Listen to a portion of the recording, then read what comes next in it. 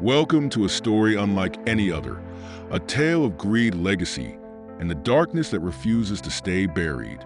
This is the Blackwood Curse.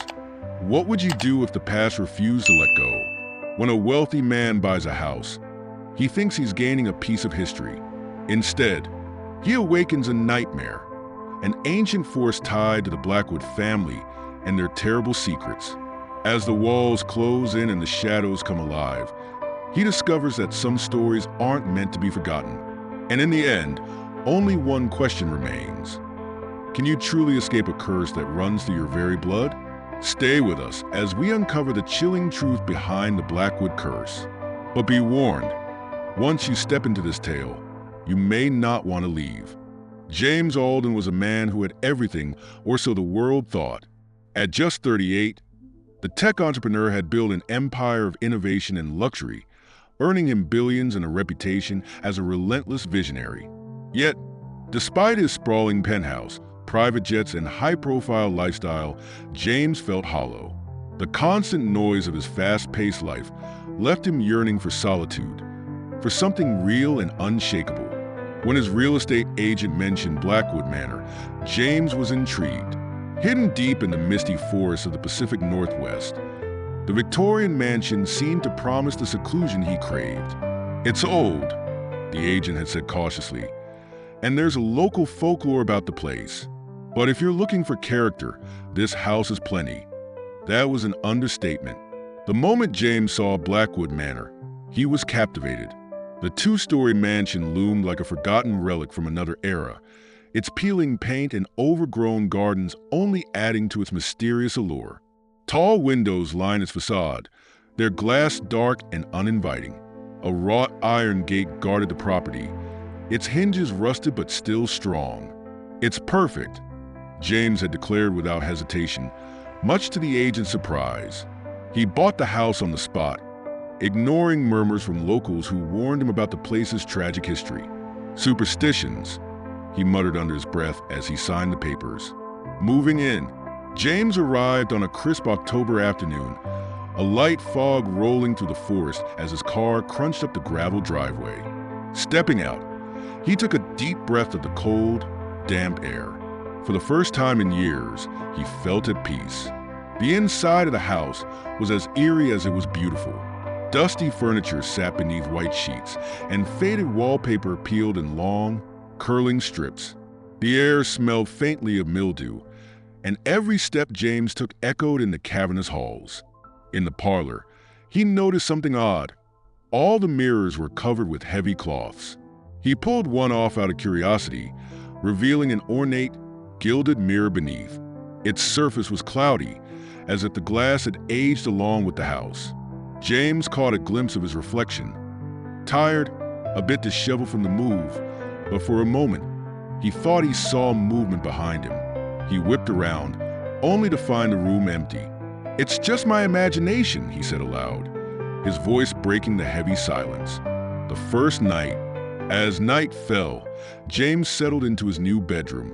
The room, like the rest of the house, was frozen in time. A grand four-poster bed dominated the space, its canopy dusty but intact. He had brought only the essentials for his first night, and the lack of modern amenities made the house feel even more detached from the world. By midnight, James had drifted into a restless sleep. He dreamed of towering trees and endless shadows, the forest whispering his name. A sudden sound jolted him awake. It was faint at first, a soft creaking noise, like old wood under pressure. James sat up, listening. The sound grew louder, rhythmic, as though someone were pacing in the hallway outside his room. "Probably just the house settling," he murmured, though his pulse quickened. He grabbed his phone for light and stepped into the hallway. The air felt colder here, almost biting. The sound led him to the top of the grand staircase. At the bottom, illuminated by the faint moonlight streaming through the windows, a rocking chair swayed gently back and forth. James froze. He hadn't noticed the chair earlier, and there was no breeze in the house. His breath puffed in the cold air as he descended the stairs, his heart pounding. As he approached the chair, it slowed and then stopped, as if sensing his presence. James reached out cautiously, his hand brushing against the worn wood. It was ice cold. A sudden knock echoed through the house, loud and sharp, breaking the tense silence. James spun around, expecting to see someone at the front door, but the foyer was empty. The knocking came again, this time from the direction of the parlor. Summoning his courage, James followed the noise. When he entered the parlor, he found it as empty as before, except for one startling detail. A photograph lay on the floor, its glass frame shattered. James picked it up. The photograph was old, the kind taken with sepia tones. It showed a family standing proudly in front of the house, a man, a woman, and 2 children. But their faces were unnervingly blurred, as though someone had smeared the ink while it was still wet. Suddenly, the mirror in the corner caught his attention. It was the same one he had uncovered earlier, but now its surface appeared darker, almost black. And then he saw it. A faint reflection of a child standing behind him, their face obscured. James spun around, his heart racing, but there was no one there.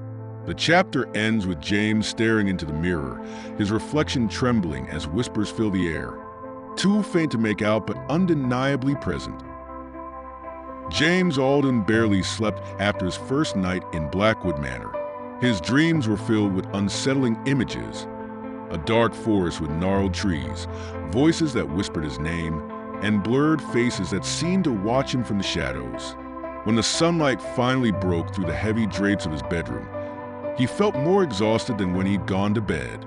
Determined to shake off the lingering unease, James threw himself into his plan for the day, beginning the renovations. He'd hired a local construction crew to arrive in the morning, and he wanted to personally oversee their work. After all, this house was going to be his retreat, his sanctuary, and he wasn't about to let some strange first impressions ruin his dream. The workers arrive. By mid-morning, a van pulled up to the gravel driveway, carrying 5 workers armed with tools and ladders. Their leader, a burly man named Carl, stepped out first, eyeing the house with an expression of thinly veiled apprehension. "Big place," Carl muttered, shaking James's hand. "Got to admit, it's got character." James smirked. "That's one way to put it. I'm hoping to bring it back to life. Fix up the walls, restore the woodwork, maybe modernize the plumbing." Carl nodded but didn't seem entirely convinced. "Sure, but I've heard some stories about this house. Locals call it bad luck. Say strange things happen here." James chuckled. "Let me guess. Ghost stories?" Carl shrugged. "Something like that. Just saying, if you hear any noises, it's probably the wind or raccoons." The workers got to work quickly, starting with the creaky staircase and peeling wallpaper in the foyer. James tried to focus on their progress, but his attention kept drifting back to the parlor, where he'd found the photograph the night before. The broken glass had been cleaned up, but the image of the blurred family still lingered in his mind. The padlocked door. Later that afternoon, James decided to explore more of the house while the crew worked upstairs. With a flashlight in hand, he wandered into the darker, untouched parts of the mansion, following a narrow hallway that led to a heavy wooden door at the end. The door stood out immediately. It was secured with a thick, rusted padlock that looked as though it hadn't been touched in decades. James frowned, tugging at the lock. It wouldn't budge. "Carl," he called, waving the crew leader over. Carl jogged down the stairs, wiping his hands on his jeans. "What's up? Have you seen this?" James pointed to the padlock. "What do you think it's hiding?" Carl raised an eyebrow. "No idea. Want me to crack it open? I got a crowbar in the van." James hesitated. There was something about the locked door that made him uneasy, but his curiosity won out. "Yeah, let's open it." Minutes later, Carl returned with the crowbar and began working on the lock. It resisted at first, but with one final, forceful pull, the rusty padlock snapped open, falling to the floor with a dull clang. The air behind the door was immediately different, cooler and damp, carrying a faint metallic tang. James stepped inside, his flashlight cutting through the darkness. The space was a basement, larger than he'd expected, with low stone walls and a dirt floor. In one corner sat a stack of wooden crates, their sides warped with age. In the center of the room stood an old table, its surface covered in dust and cobwebs. "It's just a basement," Carl said, his voice tinged with relief. But James wasn't so sure. Something felt wrong. The air was too still, too heavy, and the faint smell of mildew was mixed with something else. Something sharp and almost coppery like blood. "What's that over there?" James asked, pointing his flashlight at the far wall. Carl moved closer, his boots crunching on the dirt floor. The wall was covered in strange, faded markings, symbols etched into the stone. They looked like a mix of geometric shapes and crude drawings, and though James couldn't decipher their meaning, they sent a chill down his spine. "Looks like someone's idea of art," Carl joked, but his nervous laugh didn't mask his discomfort. "Probably just graffiti from the last owner." James wasn't convinced. As he stepped closer to the wall, his flashlight flickered, then went out entirely. The room plunged into darkness. "Carl," James whispered, his voice trembling. "I'm here," Carl said, though his voice sounded distant, almost muffled. Then James heard it, a faint, raspy whisper. "Leave, while you can." The scattered toys. The flashlight flickered back on just as quickly as it had gone out, and the whisper vanished. James tried to laugh it off, attributing it to his imagination. He and Carl exited the basement, leaving the door ajar. Later that evening, as the workers were wrapping up for the day, one of them, a wiry young man named Pete, approached James, holding something in his hand. "Found this under the floorboards in the living room," Pete said, handing over a small, charred toy. It was a wooden horse, its paint blackened as if it had been in a fire. James examined the toy, a strange heaviness settling over him. "Under the floorboards?" "Yeah. There were more, too," Pete added, motioning to a pile of objects nearby. James walked over and found an assortment of burned items, a small doll, a tin soldier, and a child's rattle. "Creepy," Carl muttered, shaking his head. "Who buries toys under a floor?" James couldn't answer. He felt a strange connection to the toys, as though they held some piece of the house's history, a history he wasn't sure he wanted to uncover. The night returns. That night, James sat alone in the parlor, staring at the objects the workers had unearthed. The house was silent now, but it didn't feel peaceful. Every creak and groan of the old would seem to carry a sinister undertone. As the clock struck midnight, James heard a soft tapping. He looked up, his heart racing. The sound was coming from the direction of the basement door. He approached cautiously, his footsteps muffled by the thick carpet. The door was slightly ajar, the padlock lying where it had fallen earlier. "Hello," James called, his voice echoing faintly. The tapping stopped. Then, without warning, the door swung open with a loud creak, revealing the yawning darkness of the basement. James's flashlight flickered again, casting dreary shadows on the walls. He could swear he saw something move at the edge of the beam, something small and hunched, scuttling deeper into the basement. The chapter ends with James gripping the doorframe, his breath shallow, as the faint whisper returns. "You shouldn't have come." James Alden spent the morning trying to convince himself that the events of the previous night were nothing more than his imagination. He told himself that the whispers were the wind, the tapping just the old house settling, and the shadows a trick of the dim light. But deep down, he knew better. The burned toys from under the floorboards sat on the table in the parlor, taunting him with their quiet presence. Every time he looked at the charred remnants, an unshakable sense of dread settled over him. He called Carl and the crew back to the house, determined to push forward with the renovations. "I bought this house to be my retreat," James said aloud, as much to himself as to the workers. "And I won't let a few creepy nights stop me." But James wasn't the only one feeling uneasy, a crew on edge. As Carl and his team resumed work, their usual banter was noticeably absent. One worker muttered about feeling watched, while another claimed the air felt heavier than normal. "Look, boss," Carl said, pulling James aside. "We don't spook easy, but something about this place," he trailed off, his eyes darting toward the staircase. "It doesn't feel right." James forced a smile. "It's an old house. Old houses make noise. Let's stay focused." Carl hesitated but nodded. As the workers tackled the sagging beams in the upstairs hallway, James decided to continue exploring. Something about the house felt like it wanted to be understood, as though its secrets were waiting just beneath the surface. The library. James wandered into the library, one of the grandest rooms in Blackwood Manor. Bookshelves lined the walls, stretching from floor to ceiling, their content untouched for decades. Dust motes danced in the light filtering through the room's tall windows, giving the space an ethereal quality. He ran his fingers along the spines of the books, stopping at one that looked newer than the others. Pulling it off the shelf, he found that it wasn't a book at all, but a hollowed-out container. Inside was a yellowed letter, folded neatly. Unfolding it carefully, James read the shaky handwriting. "To whomever finds this, the house is alive. It whispers in the night, and its walls are heavy with the weight of what was done here. I cannot stay any longer. If you value your soul, you will leave before it takes you too." There was no signature. James felt a chill creep up his spine.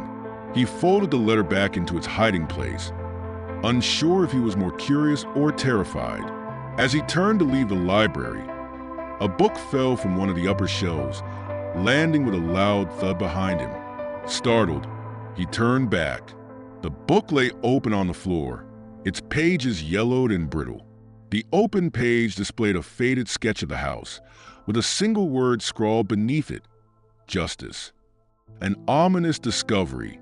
By the time James rejoined the workers upstairs, they were pulling up the old floorboards in one of the bedrooms. "You're going to want to see this," Carl said, his face pale. James knelt to inspect the floor. Beneath the boards was a crawl space, and in it lay a rusted box. Carl handed it to James, who pried it open with trembling hands. Inside were faded photographs, each depicting the same family, a man, a woman, and 2 children, standing in front of Blackwood Manor. James recognized a family from the blurred photograph he'd found in the parlor, but in these, their faces were clear. The man had a stern expression, the woman looked haunted, and the children seemed eerily out of place, their eyes wide and unblinking. "What is this?" one of the workers asked. James wasn't sure. He thumbed through the photographs until he reached one that made his blood run cold. It showed the family gathered in what appeared to be the basement. The man held a book, the same book James had found in the library, while the woman held a doll identical to the one James had found in the attic. Surrounding them were symbols etched into the stone walls, glowing faintly in the photograph as if they were alive. "Boss, I'm not staying in this place a second longer than I have to," Carl said, his voice shaking. James didn't respond. His mind was racing. The attic calls. That night, the workers left early, claiming exhaustion. James was left alone in the house, the silence pressing in on him. He tried to distract himself by reading, but his eyes kept drifting back to the photographs. At around midnight, the whispers returned. They were faint at first, like wind through the trees. But as the minutes passed, they grew louder, more insistent. James couldn't make out the words, but they seemed to be coming from above him, the attic. Grabbing his flashlight, James made his way to the narrow staircase leading up to the attic. The air grew colder with each step, and the whispers grew louder, almost deafening. At the top of the stairs, the attic door stood slightly ajar. James hesitated, his hand hovering over the doorknob. "Get it together," he muttered, pushing the door open. The attic was just as he remembered it, cluttered and dusty, with faint moonlight filtering through a small window. The doll he'd seen earlier still sat in the corner, its glass eyes reflecting the beam of his flashlight. As he approached the doll, the temperature plummeted, and his breath became visible in the frigid air. And then he saw it. On the far wall, beneath a thick layer of dust and cobwebs, was a crude drawing. James brushed away the grime to reveal a child-scrawled depiction of a man, a woman, and two children. They were standing in front of the house, just like in the photographs, but there was something wrong with the picture. Above the family, a dark shape loomed, a shadowy figure with long arms and no face. Beneath it, the child had written one word in uneven letters: help. The child's plea. James turned back to the doll, his hands trembling. Picking it up, he noticed something tucked beneath its dress, a slip of paper. It was another drawing, this one messier and more frantic. It showed a child, presumably the artist, being dragged away by shadowy hands. The whispers grew louder. James felt a sudden presence behind him. Turning quickly, he saw the faint outline of a child standing in the corner, their face obscured by shadow. "Who are you?" James asked, his voice barely above a whisper. The child raised a hand, pointing toward the attic window. James turned to look, but saw nothing outside except the dark forest. When he turned back, the child was gone. The chapter ends with James clutching the doll, his mind racing. The house wasn't just haunted. It was trying to tell him something. But what? And why now? James Alden awoke to the sound of wind howling against the windows, but he knew the source of the noise wasn't natural. The whispers from the previous night still echoed in his mind, mingling with the haunting image of the child's drawing in the attic. Every part of him wanted to leave the house and never look back, but the photograph, the toys, and the eerie plea for help had created a need for answers that he couldn't ignore. As dawn broke, James called Dr. Emily Carter, the historian he had read about in a local article. Emily specialized in researching unexplained phenomena tied to old estates. When he explained the situation, she hesitated at first. "I'm not a ghost hunter, Mr. Alden," she said. "I don't need a ghost hunter," James replied. "I need someone who understands history.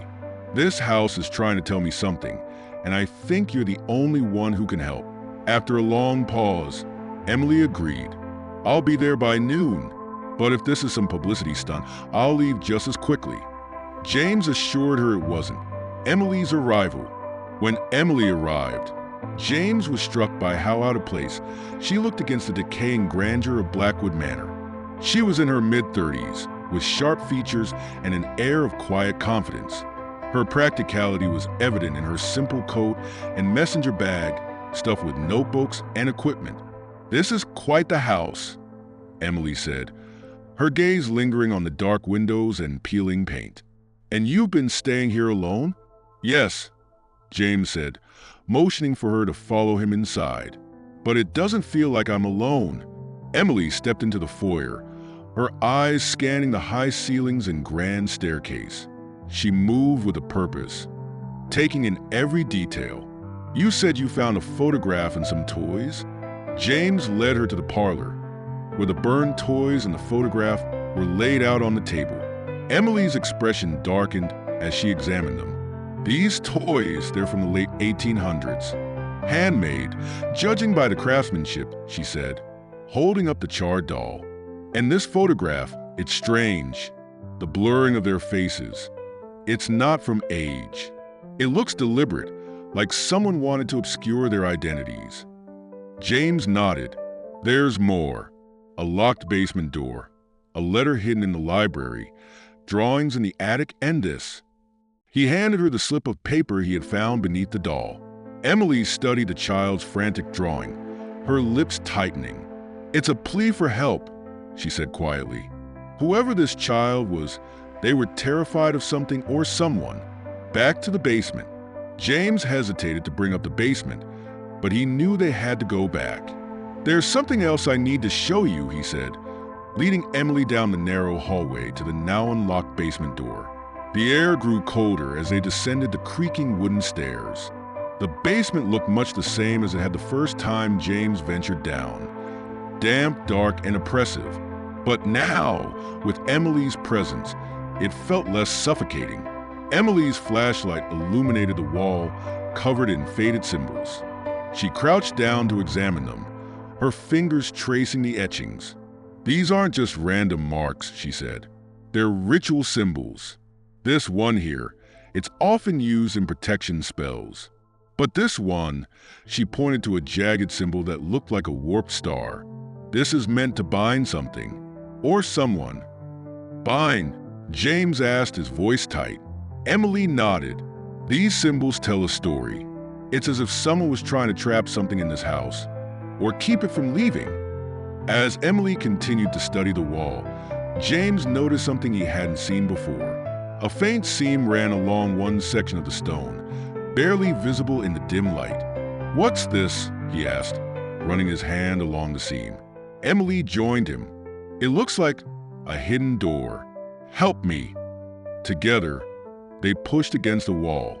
With a groan, the stone shifted, revealing a narrow passageway. A chill swept through the basement, carrying with it the unmistakable sound of a child's laughter. The ritual chamber. The passageway led to a small hidden room.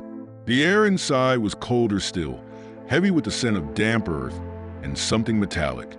James's flashlight revealed an altar in the center of the room, surrounded by more ritual symbols carved into the walls. On the altar lay an assortment of objects: a rusted dagger, a porcelain doll identical to the one James had found in the attic, and a tattered book bound in cracked leather. Emily approached the altar cautiously. This is a ritual chamber," she said, her voice barely above a whisper. "These objects, they were part of something dark." James picked up the book, his hands trembling. The pages were filled with handwritten notes and diagrams of the same symbols etched into the walls. One page, in particular, caught his attention. It depicted a family standing in a circle, surrounded by glowing symbols. With the words "to bind, one must sacrifice" scrawled beneath it. "Sacrifice," James said aloud, his stomach twisting. Emily didn't answer. Her gaze was fixed on the doll, her expression one of growing horror. "This isn't just a ritual chamber," she said. "It's a place of human sacrifice. The family's sin." Back in the parlor, Emily pieced together what they had found. The Blackwood family was trying to protect their wealth and power, she said. The rituals in that chamber were meant to seal their dominance. But rituals like that require something in return: sacrifices. James sat in stunned silence. "You're saying they killed people?" Emily nodded grimly. "The ledger you found in the basement, those names weren't just random. They were the victims. Sacrifices to whatever force the Blackwoods were trying to control." James rubbed his temples, trying to process the enormity of what Emily was saying. But what happened to the Blackwoods? If the rituals worked, why did they disappear? Emily hesitated. "My guess? The rituals didn't work as intended. The force they summoned, it turned on them.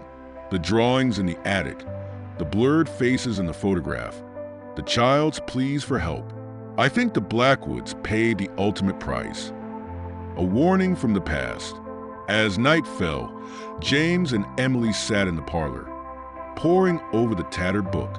The more they read, the clearer it became that the house was more than haunted. It was cursed. "The spirits trapped here," Emily said. "They aren't just lingering. They're tied to the rituals, to the sacrifices, and they want justice." A sudden knock interrupted their conversation. James froze, his heart racing. The knock came again, louder this time. It was coming from the front door. James stood, his hands trembling, and opened the door. No one was there, but on the porch lay a single, burned photograph. It showed the Blackwood family, standing together in front of the house. But this time, their faces weren't blurred. Their eyes were hollow, their mouths twisted into silent screams. The chapter ends as James turns to Emily, holding up the photograph. "They know we found the truth," he says, "and I think they're angry." James Alden stood in the doorway of Blackwood Manor, the photograph shaking in his hands. The faces of the Blackwood family stared back at him, their hollow eyes and twisted mouths frozen in silent torment.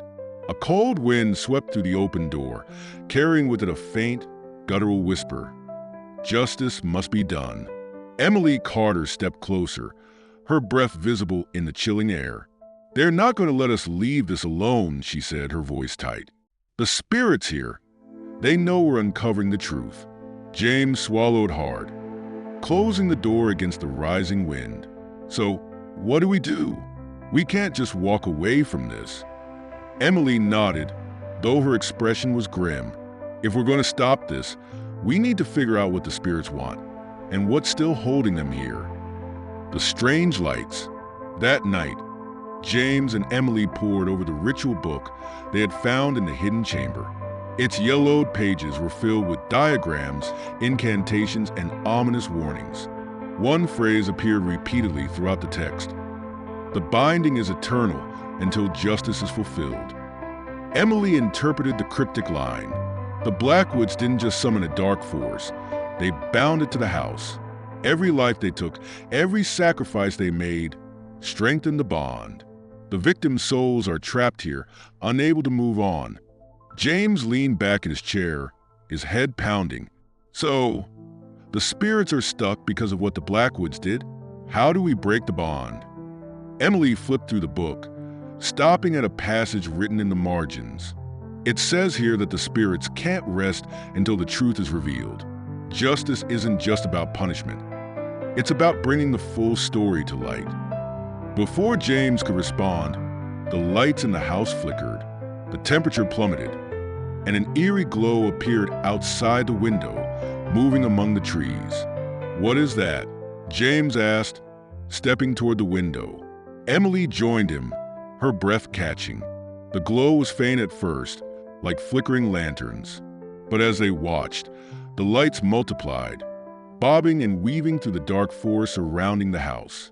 "They look like people holding lanterns," Emily said, her voice barely above a whisper. The lights began moving closer, their glow illuminating shadowy figures beneath the trees. James backed away from the window, his pulse racing. "They're coming to the house," he said, the voices in the walls.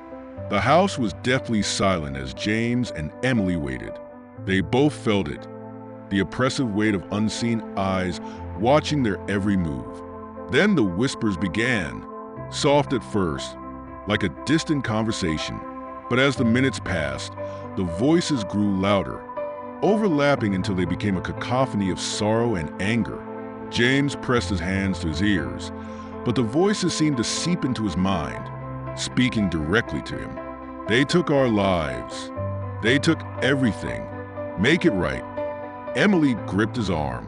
"They're trying to communicate," she said, though her voice wavered. "But it's like they're fighting to be heard." Suddenly, a loud bang echoed through the house. The walls shuddered, and the whispers stopped abruptly. "What was that?" James asked, his voice trembling. Emily pointed toward the staircase. It came from upstairs, the blue room. Together, they climbed the creaking staircase, the sound of their footsteps swallowed by the thick, suffocating air. At the top, they followed the faint sound of rustling to a door they hadn't explored yet. The door was painted a faded blue, its surface scratched and worn. When James turned the knob, the door creaked open, revealing a small bedroom frozen in time. The room was eerily pristine compared to the rest of the house. A child's bed stood in one corner, its quilt neatly folded. Toys were arranged carefully on a shelf, untouched by the decay that had claimed the rest of the house. But what caught James's attention was the small writing desk against the far wall. Papers and drawings were scattered across its surface, as if someone had been working there moments ago. Emily approached the desk, picking up a drawing. It was another child's sketch, this one showing a family standing together, their faces blank. Behind them loomed a shadowy figure with outstretched arms.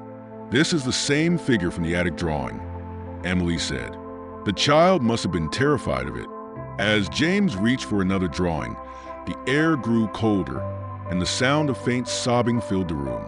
He turned to see the faint outline of a child sitting on the bed, their face buried in their hands. "Who are you?" James asked, his voice soft. The child looked up, their face still obscured by a shadow. "They made me stay," the child whispered. "They wouldn't let me leave." Emily stepped forward. "Who made you stay?" Was it the Blackwoods? The child nodded slowly, then pointed to the desk. The truth is hidden. You have to find it. Before James could ask anything else, the child vanished, leaving behind only the faint scent of smoke. The diary. James and Emily searched the desk, uncovering a hidden compartment beneath a loose plank. Inside was a small, leather-bound diary, its cover marked with the initials MB. Margaret Blackwood, Emily said, opening the diary. The entries began innocently enough, detailing Margaret's life as the matriarch of the Blackwood family. But as they read on, the tone shifted. The entries became more frantic, more paranoid. The rituals bring wealth, but they demand more each time. I fear we have gone too far. The children, they know. They've seen too much. But how can I silence them? James's hands clenched into fists. She was thinking about killing her own children. Emily nodded grimly, flipping to the final entry. The force we summon has turned against us. It whispers in the walls, demanding more blood. I can't let it take me. I must bind it to the house, no matter the cost. Emily set the diary down, her expression grave. She wasn't just a victim. She was a monster. She bound the dark force to this house, sacrificing countless lives to protect herself. James stared at the diary, his anger boiling. And now the victims are trapped here because of her. We have to do something. The rising storm. As night fell, the house came alive with activity. The whispers returned, louder and more insistent, and the lights outside grew brighter, circling the house like a restless crowd. Emily and James barricaded themselves in the library, trying to piece together what they had learned. If we can destroy whatever's binding the spirits here, we might be able to free them, Emily said. But how? James asked. Emily pointed to the ritual book. Everything ties back to the altar in the hidden room. If we destroy it, and the objects tied to the sacrifices, it might break the bond. A sudden crash interrupted their discussion. The sound of shattering glass echoed through the house, followed by a low, guttural growl. They're trying to stop us, Emily said, grabbing the diary and the ritual book. We have to move. Now. The chapter ends as James and Emily descend into the basement, the air growing colder with each step. Behind them, the sound of footsteps and whispers grows louder, as if the house itself is chasing them. The basement of Blackwood Manor had never felt more oppressive. James Alden and Dr. Emily Carter descended the creaking stairs, their flashlights casting long, dreary shadows on the damp walls. The whispers followed them, louder and angrier now, as if the house itself resented their presence. Keep moving, Emily urged, clutching the ritual book and Margaret Blackwood's diary. If the altar is the key, we need to act before whatever this is stops us. James didn't respond, his grip tightening on the crowbar he'd grabbed from the tool shed earlier. Every instinct told him to run, to leave the house and never look back. But he couldn't abandon the people trapped here, the victims who had suffered at the hands of the Blackwoods.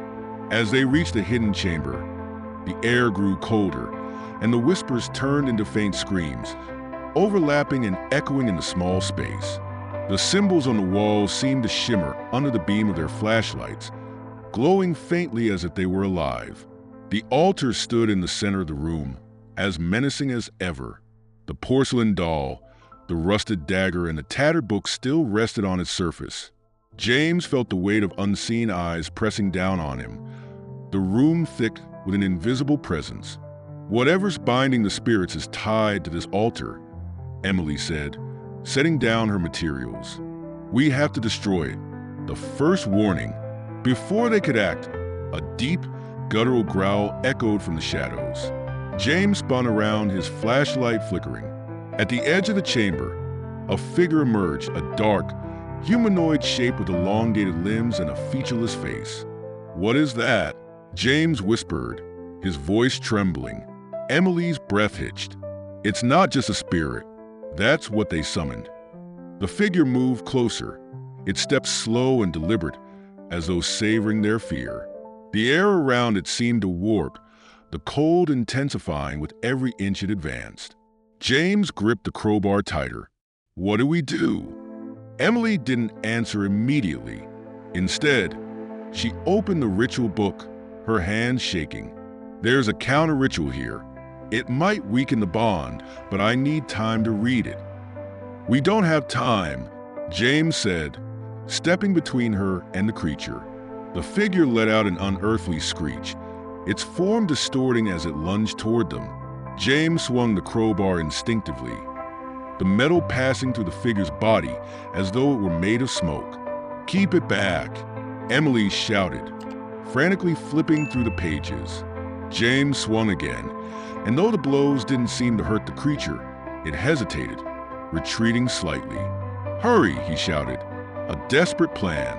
Emily found the page she was looking for and began reciting the incantation written in faded ink.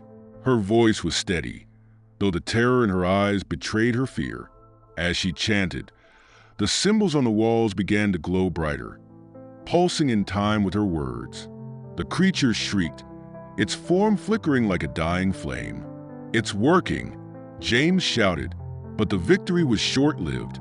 The creature lunged again, faster this time, its clawed hands swiping at James.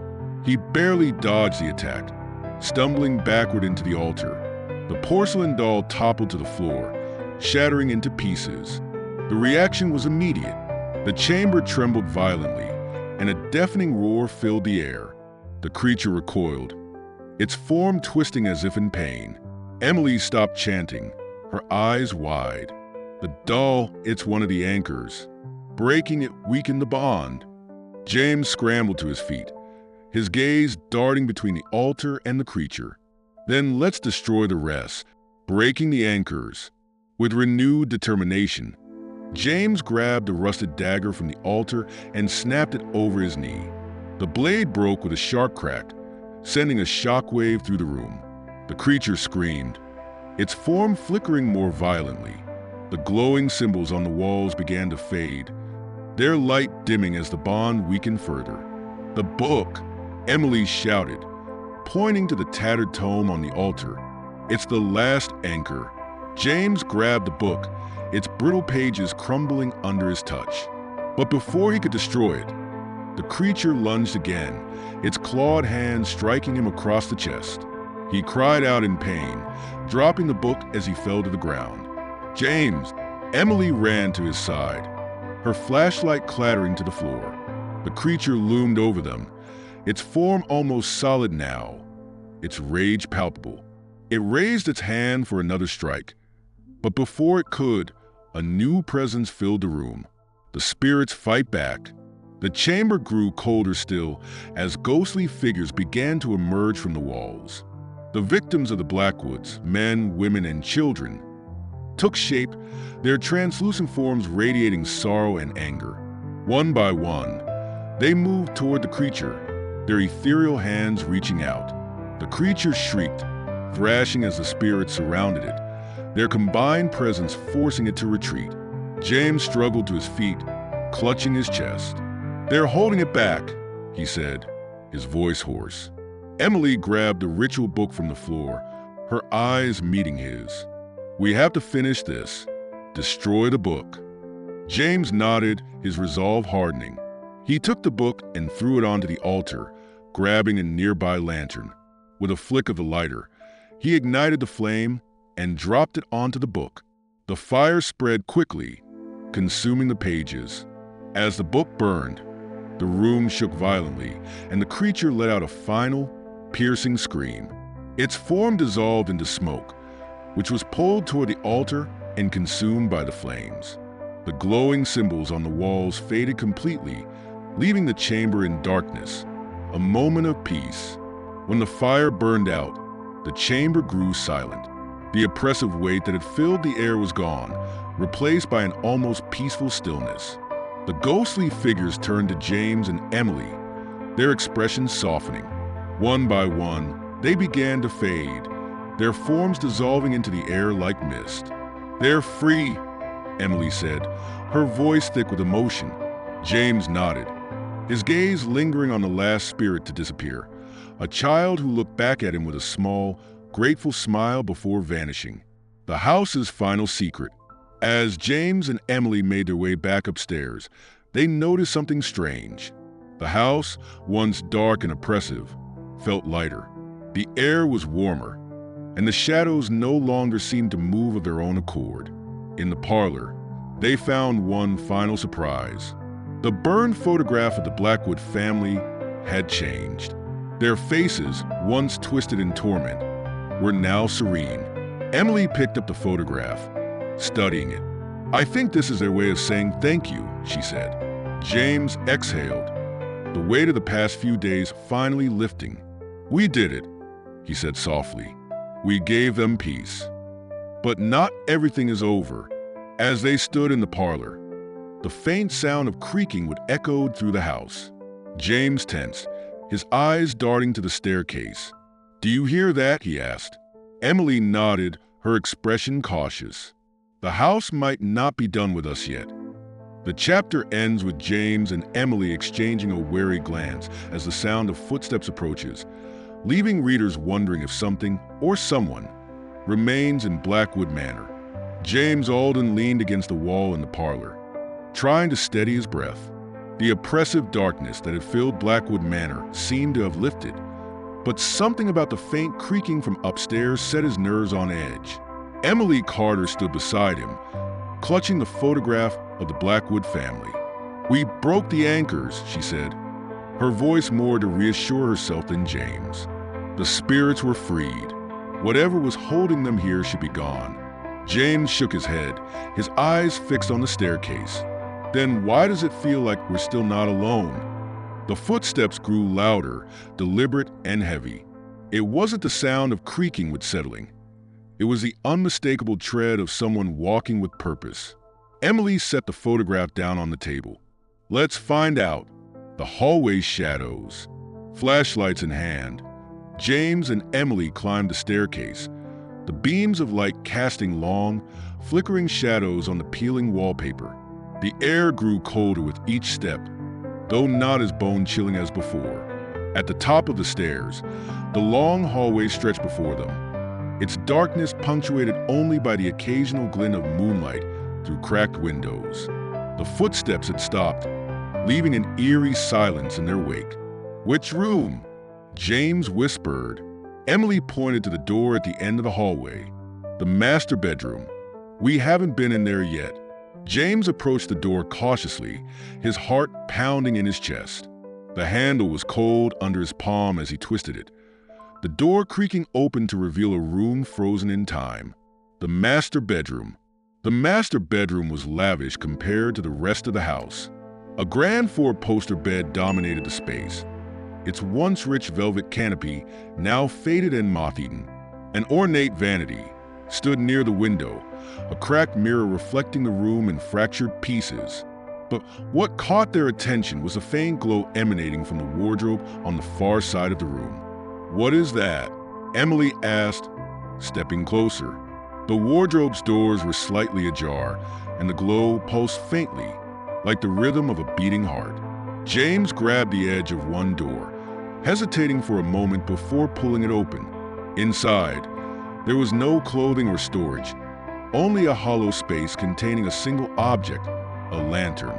The glass casing was cracked, and the metal frame was tarnished, but the light within burned steadily, casting a flickering golden glow. "It's one of the lanterns from outside," James said, his voice low. "The ones we saw in the woods." Emily nodded, her brow furrowed. It must have belonged to one of the spirits. But why would it still be here if the spirits were freed? Before James could respond, the lantern's light flickered violently, and a voice echoed from within the wardrobe. "You freed them, but you didn't finish the story." The Journal of William Blackwood. The voice was deep and commanding, but it carried an undercurrent of sorrow. Emily grabbed the lantern, holding it up as the glow illuminated a false panel at the back of the wardrobe. "There's something behind here," she said. James helped her pry the panel loose, revealing a hidden compartment. Inside was a leather-bound journal, its cover stamped with the initials WB.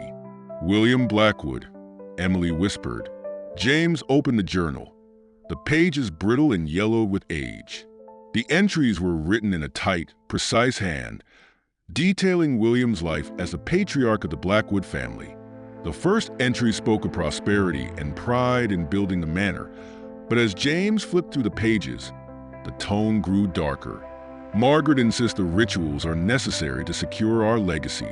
I agreed at first. What's one sacrifice for a lifetime of wealth and power? But the more we give, the more it demands.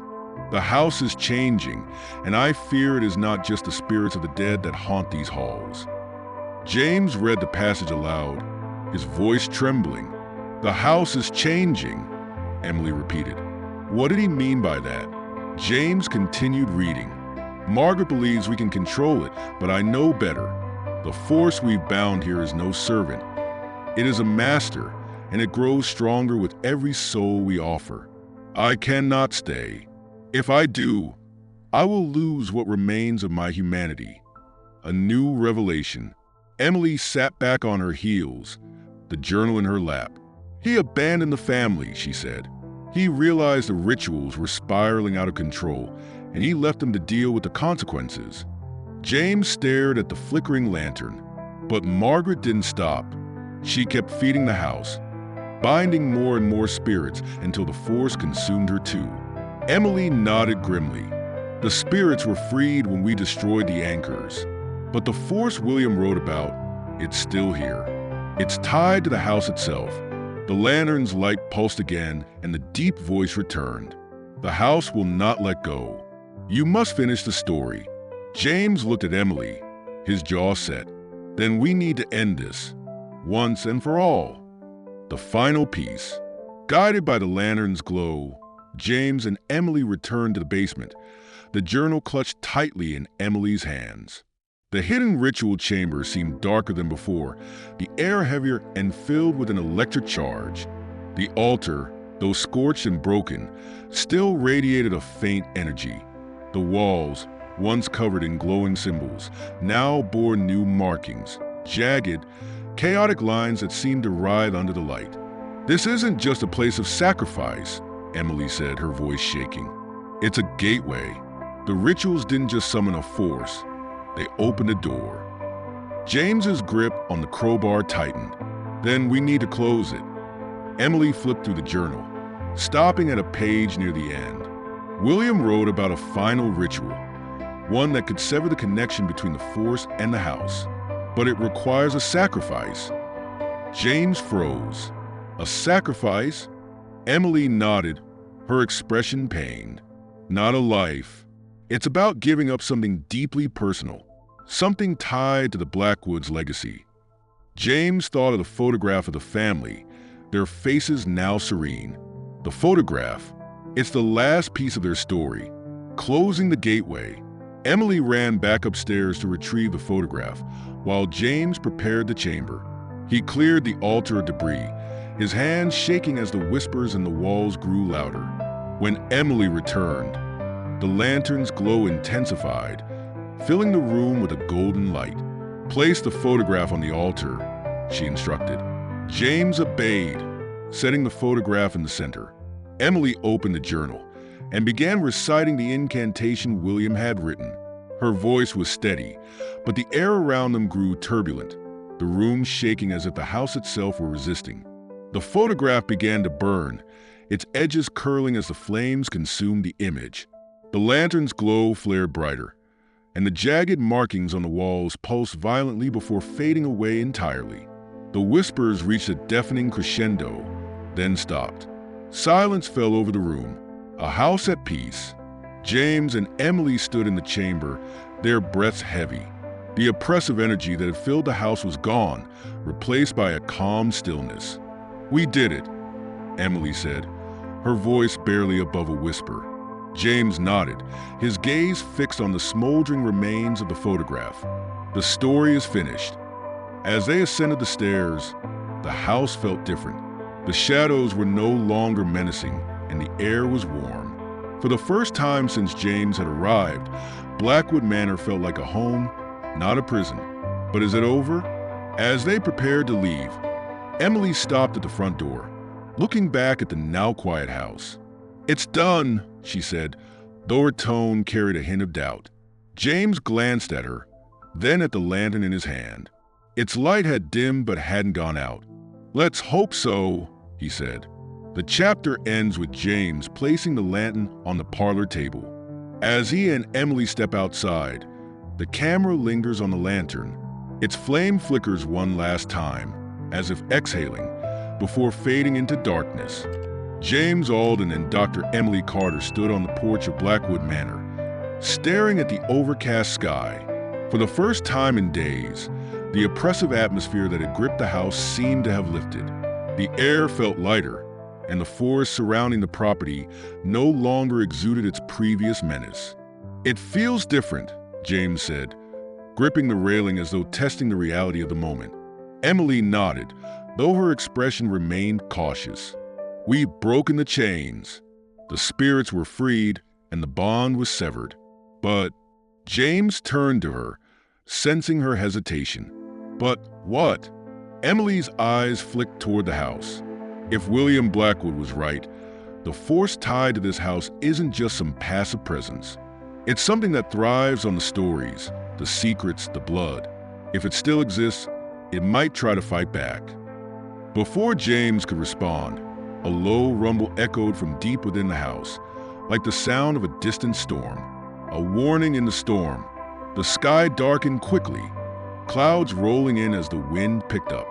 James and Emily exchanged a wary glance before stepping back into the house. As soon as they closed the door, the air inside shifted.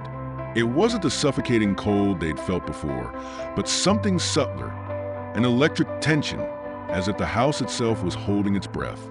"Do you hear that?" James asked. Emily tilted her head, straining to listen. At first, there was nothing. Then, faintly, she heard it, a rhythmic pounding, like a heartbeat. "It's coming from below," she said. James sighed, gripping the crowbar he'd refused to leave behind. "Of course it is."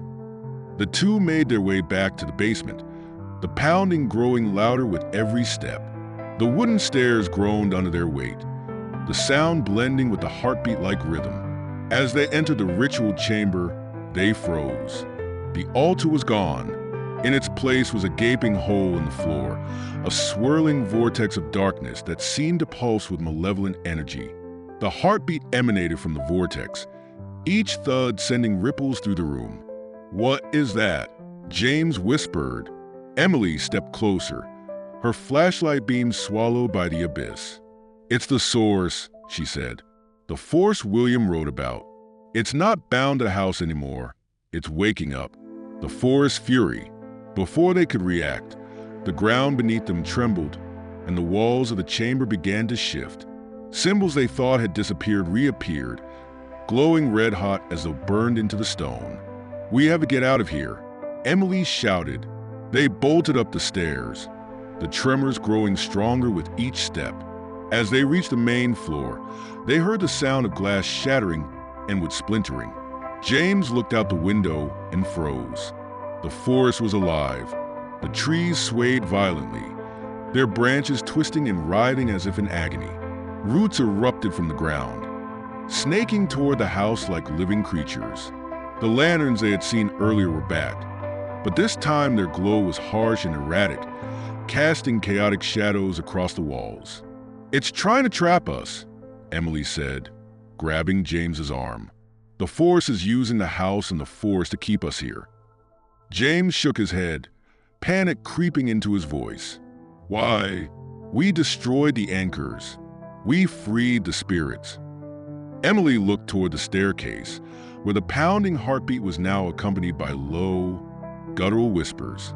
"It's not about the spirits anymore. It's about us. We're the ones who finished the story, and now we're part of it."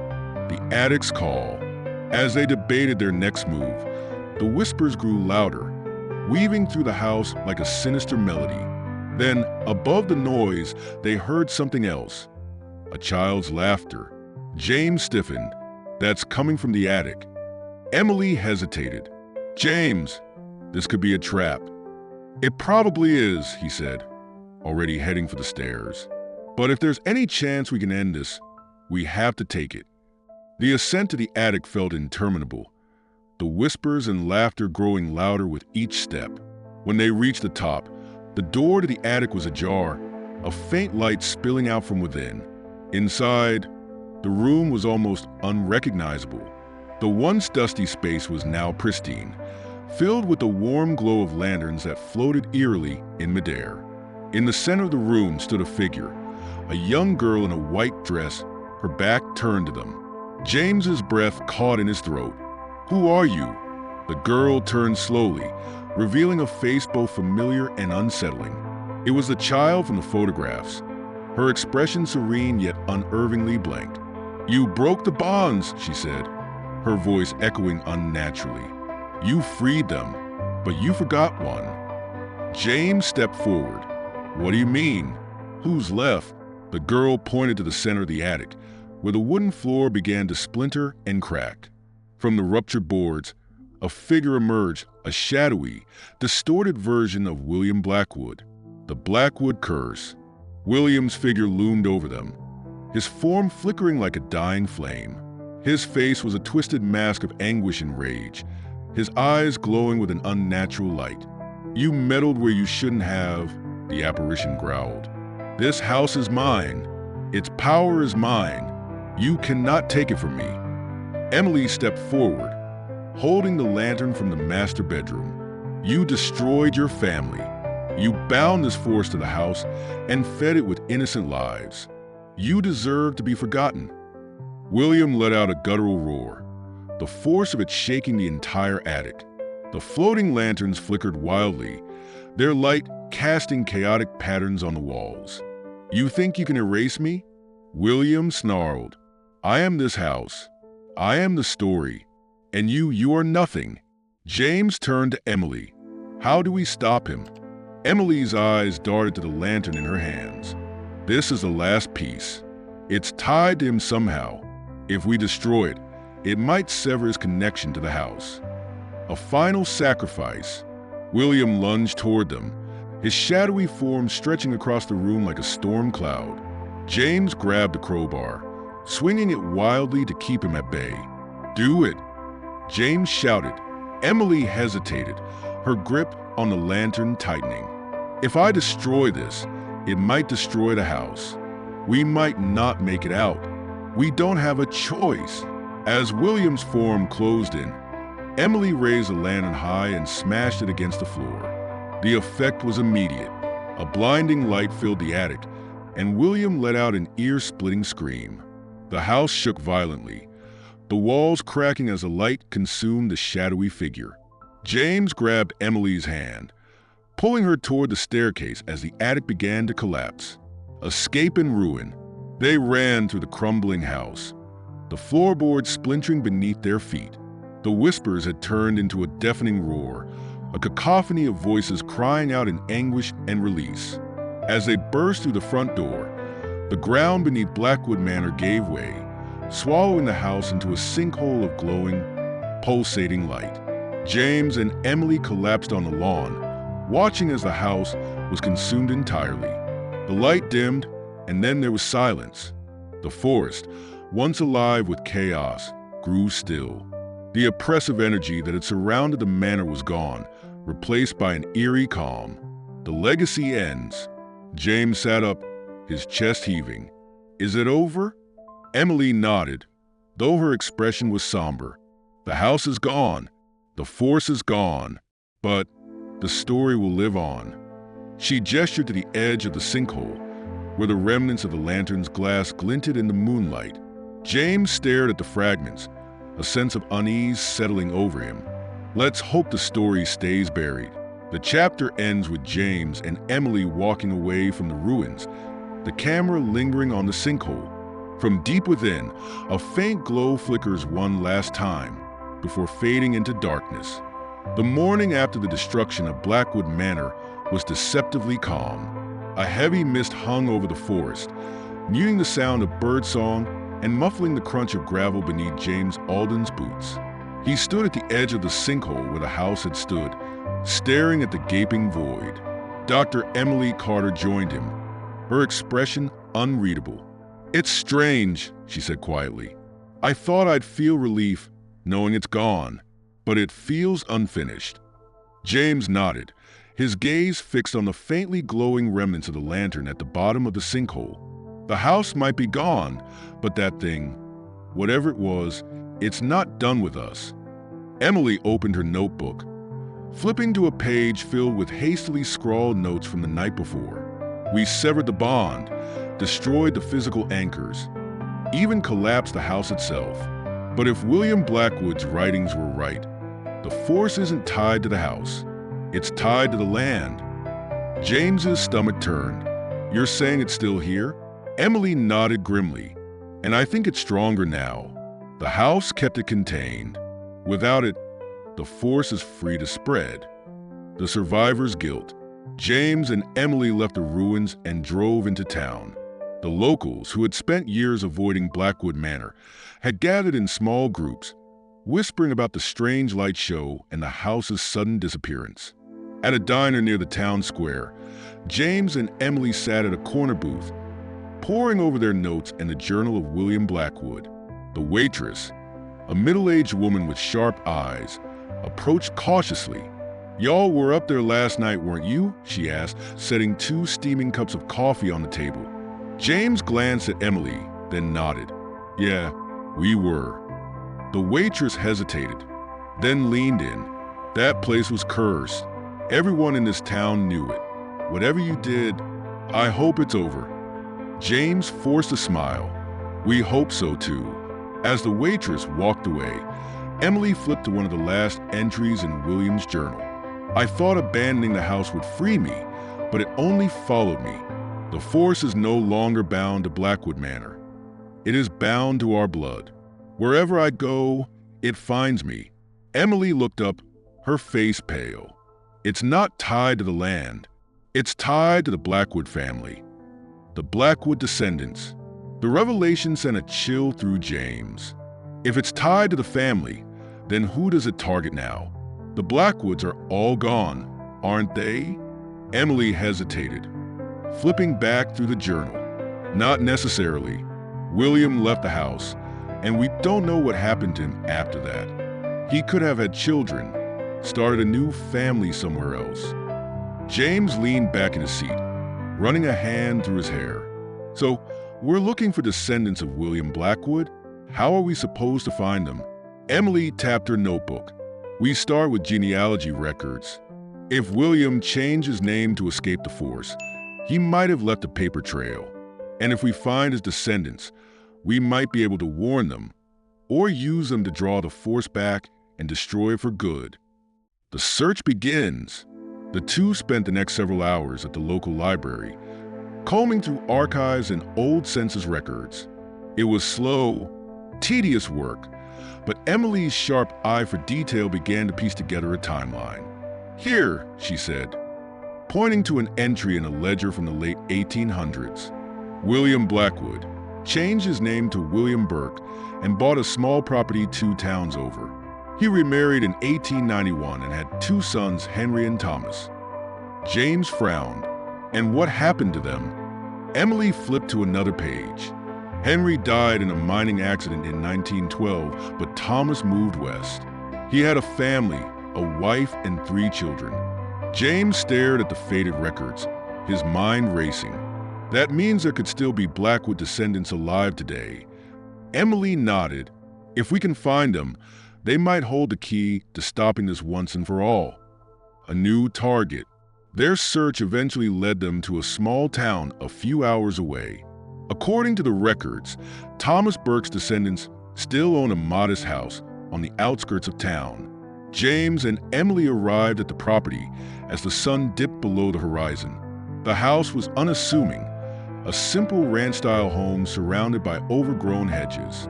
As they approached, the door opened, and a woman in her early 40s stepped out, her face wary. "Can I help you?" Emily stepped forward, offering a warm smile. "Hi, I'm Dr. Emily Carter, and this is James Alden. We're researching local history, and your family name came up. We were hoping you could help us with some questions." The woman crossed her arms. I don't know much about family history. My dad didn't talk about it much before he passed. James hesitated, then said, "We think you might be connected to the Blackwood family. Do you recognize the name?"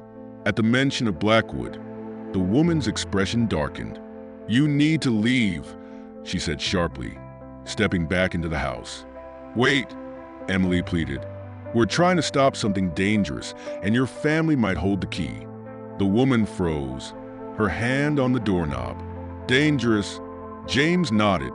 "The Blackwoods were tied to something evil.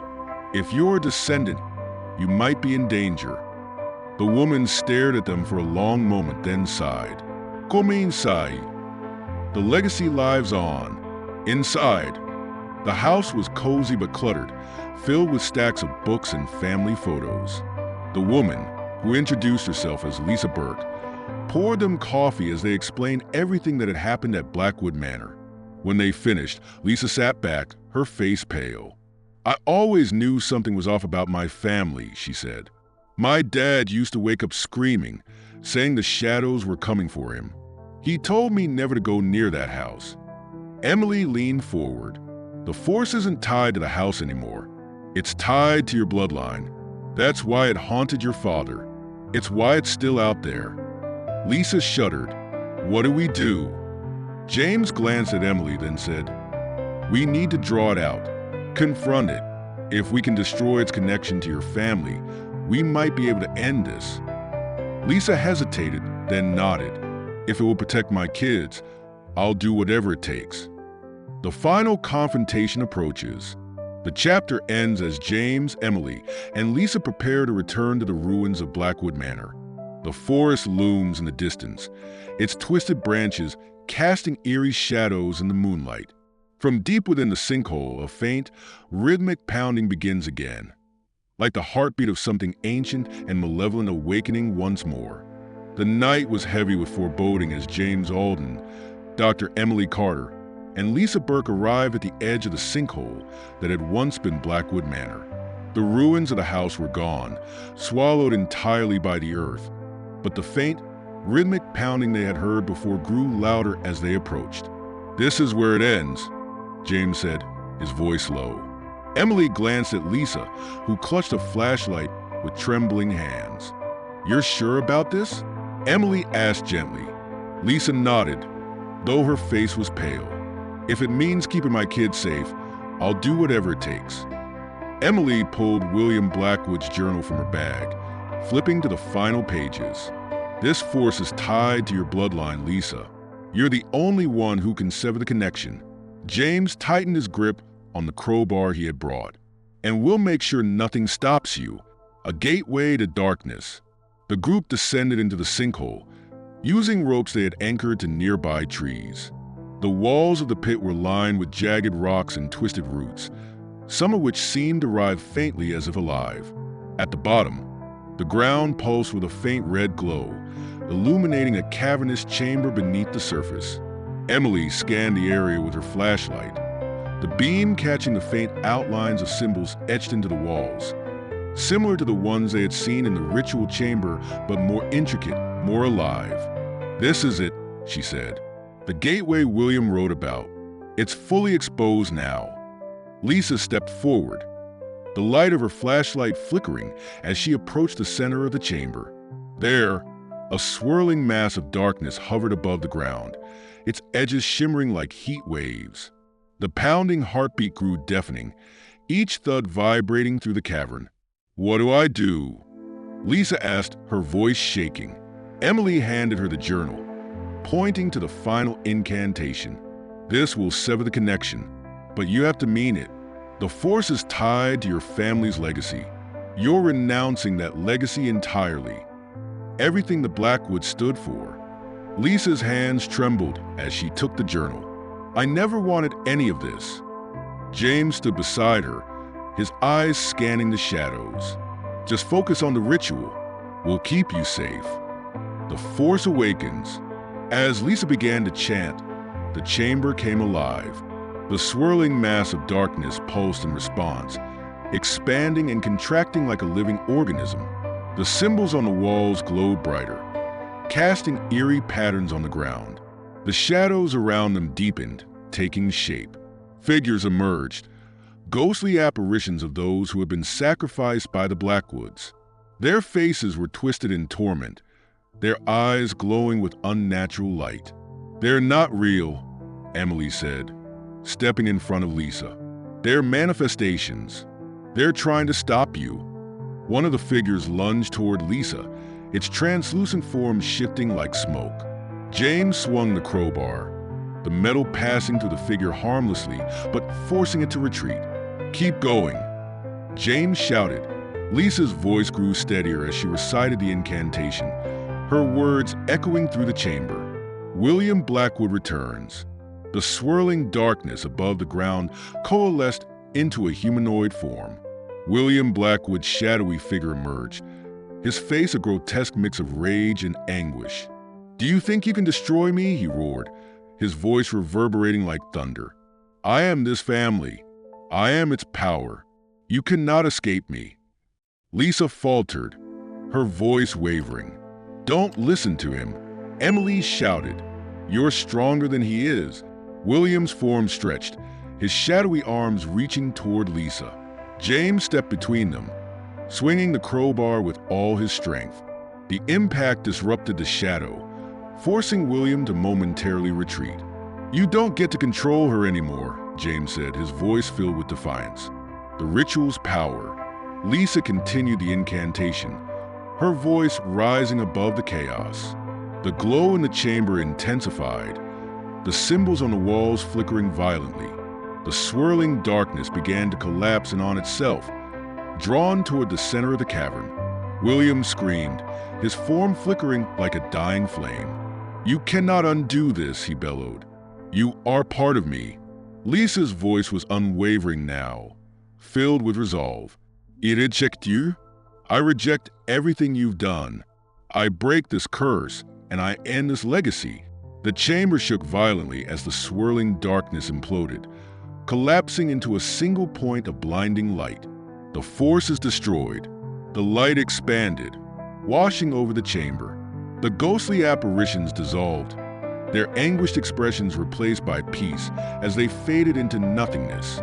William's shadowy form let out a final, guttural roar before disintegrating, his voice echoing one last time. "You cannot escape your blood." And then, silence. Lisa collapsed to her knees, the journal slipping from her hands. The chamber was still, the oppressive energy that had filled it gone. James helped Lisa to her feet. "You did it," he said softly.